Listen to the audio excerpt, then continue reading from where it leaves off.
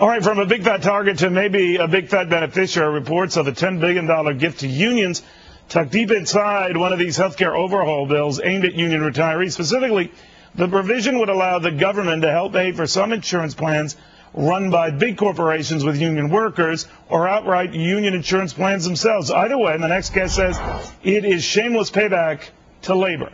Katie Packer of the Workplace Fairness Institute says it's all happening on our dime. Katie, where does this stand right now? That's a big thing to have tucked in invisibly. Well, you know, it's just one of the many hidden aspects of the health care bill that they were trying to rush through in a big hurry and get through before the August recess. And I think what we've seen happening is the American people standing up and say, wait a second, we want to take a look a little more closely at this. And it's just a long list of the kind of payback that big labor's been looking for ever since they spent hundreds of millions of dollars to elect their allies to Congress. And we're just seeing more and more of this happen every day. So you're seeing from what you've studied, and you've studied this closer than a lot of us, that some of these benefits in the health care legislation are skewed toward labor interest. How much do you think? Well, you know, I can't quantify that because there are lots of different bills running around here on both the House and the Senate side. But we've seen a habit over the last, 8 or 9 months of big labor look to the federal government to bail them out of some of the mismanaged pension plans that they've got.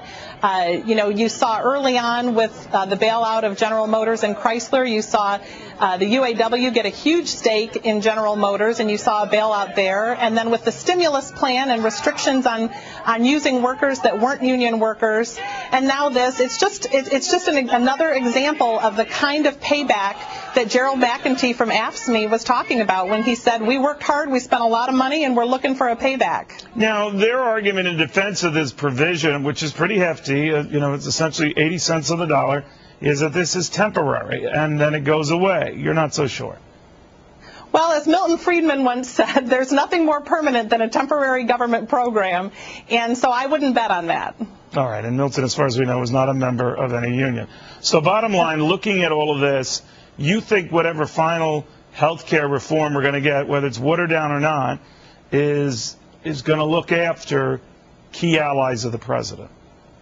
Well, certainly, if you're counting on Speaker Pelosi and Senate Majority Leader Reid to sign off on it, they're going to be looking for something where they can pad the pockets of their friends down the street, the big labor bosses at the SEIU and the AFL-CIO that need this kind of bailout or their pension funds are going to collapse. All right. Thank you, Katie.